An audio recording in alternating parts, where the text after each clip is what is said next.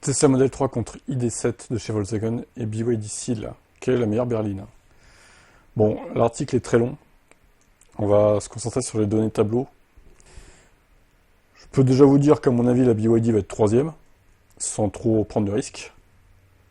Et sûrement que ce sera la Model 3 devant la ID7, je pense, le résultat final. Voyons. Alors, en tout cas, sur le papier, la BYD a plus de batterie que les deux autres. Mais elle est moins efficiente, du coup. Et elle est plus lourde.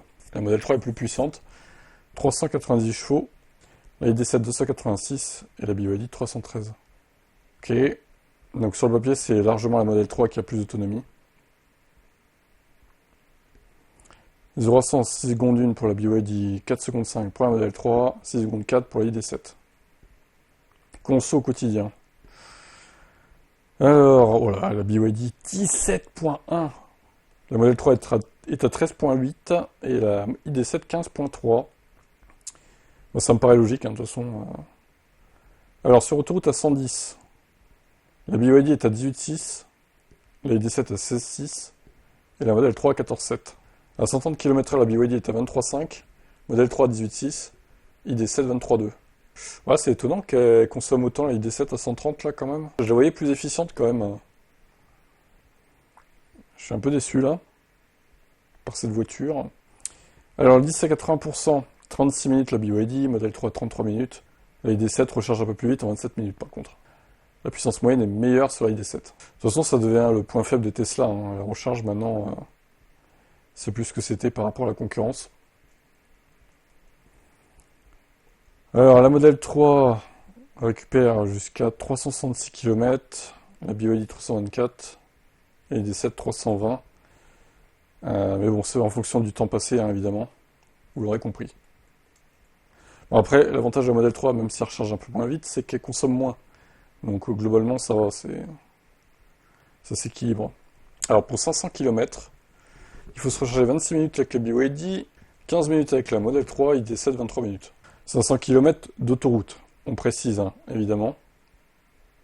Sinon, il n'y aura pas besoin de se recharger, a priori. Ok, bon, après le coffre, nanana. Bon, le désavantage de la Model 3, c'est que c'est une malle, du coup.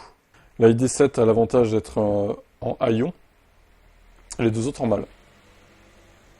La BYD est à 47 000 euros, la Model 3 grande autonomie intégrale est à 50 000 euros. Donc là, c'est intégral, hein. C'est même pas la propulsion qu'ils ont testé en plus.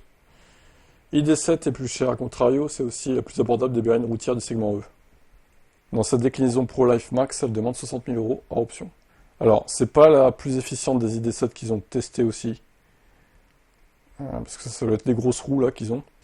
Si elle affiche encore quelques lacunes d'équipement et une recharge rapide un peu lente, la Model 3 grande autonomie est une voiture bonne à tout faire, dotée d'une très bonne polyvalence. Elle se permet même l'insolence d'un prix défiant toute concurrence. Ce bien, sans appel, c'est elle qui s'impose. Ouais, c'est sûr.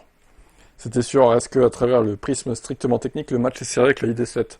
Pourtant mesurée ici dans sa config Pro, 77 kWh. Surtout que pour 700 euros de plus seulement, elle est aussi déclinée en version Break Tourer, plus séduisante et plus pratique. Bref, c'est une des meilleures alternatives à la Model 3 à ce jour, à condition d'accepter une rallonge de 10 000 euros, hors négociation. Mais bon, il doit y avoir des remises, hein, clairement. La BYD Seal offre des prestations plutôt homogènes, un bon niveau d'équipement, la fabrication est sérieuse et la place à bord très convenable. Elle reste sur la troisième marche, avec ses consommations plus élevées, sa recharge rapide, moyenne et instable. Ouais, c'était attendu. C'était attendu. Voilà.